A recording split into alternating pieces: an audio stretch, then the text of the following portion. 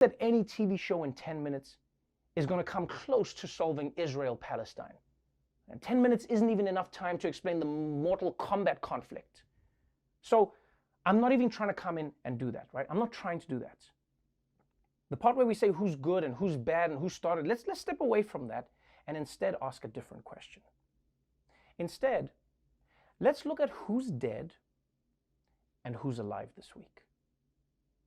In Gaza, Israeli airstrikes have reportedly killed 28 people, including 10 children. Over 150 people have been wounded. In Israel, Hamas rockets have killed 2 people. And this exchange of fire comes after the Israeli assault in and around the Al-Aqsa Mosque that left more than 600 Palestinian protesters, worshippers, and civilians wounded, and a few dozen Israeli police. Now, personally, I'm not saying for you, just personally, I cannot watch that footage and hear those numbers and see a fair fight. Like, set aside motives and intentions and just look at technology alone. Israel has one of the most powerful militaries in the world. Instead of evaluating people and nations on the basis of right and wrong or good and evil, the left evaluates them on the basis of weak and strong. If you're weak, you're good. If you're strong, you're bad. Israel is strong, therefore it is bad. America is strong, therefore it is bad. The Palestinians are regarded as weak, therefore they're good.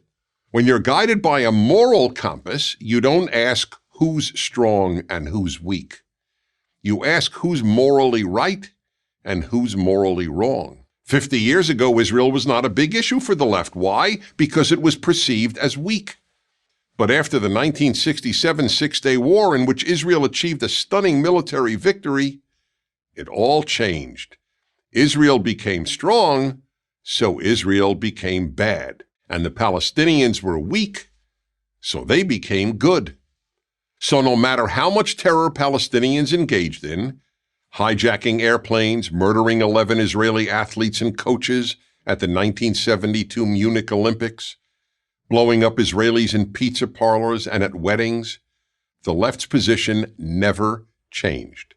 Palestinians good, Israel bad, because the Palestinians were weak and Israel was strong. That's one of the 3 ways the left judges the world. You can test this theory in other ways. Why is the United States bad? Because it's strong. And third world countries that oppose the United States are good. Cuba, for example, has been adored by the left for decades. Never mind that Cuba's Communist Party has ruined Cuba, that Cubans have no civil rights, and Cuba is one of the poorest countries in the world. Since Cuba is weak, to the left, Cuba is good. The same was true with North Vietnam in the 1960s. It was considered weak, so it was good. The U.S. was strong, so it was bad. It didn't matter that America was trying to preserve the freedom of the South Vietnamese exactly as it had preserved the freedom of the South Koreans. The U.S. was strong, so it was bad. Which brings us back to Israel. The stronger Israel gets, as it effectively defends itself, as its economy grows, and as its diplomatic position improves, the more the left hates it.